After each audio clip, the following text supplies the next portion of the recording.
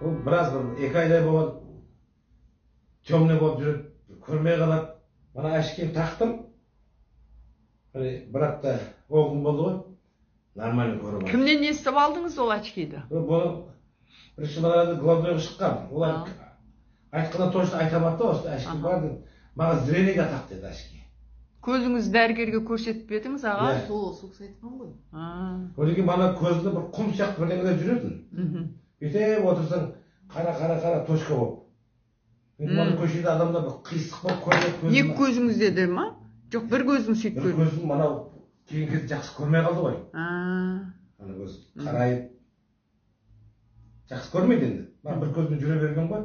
Сол мана көзде мына точкалар шығады. Құм сияқты. Бүйтсең бері ары бері кетеді. Мен білмеймін, мынаны таққаным бері мана көзім ашылды. Қазір айтып жатыр ғой мені.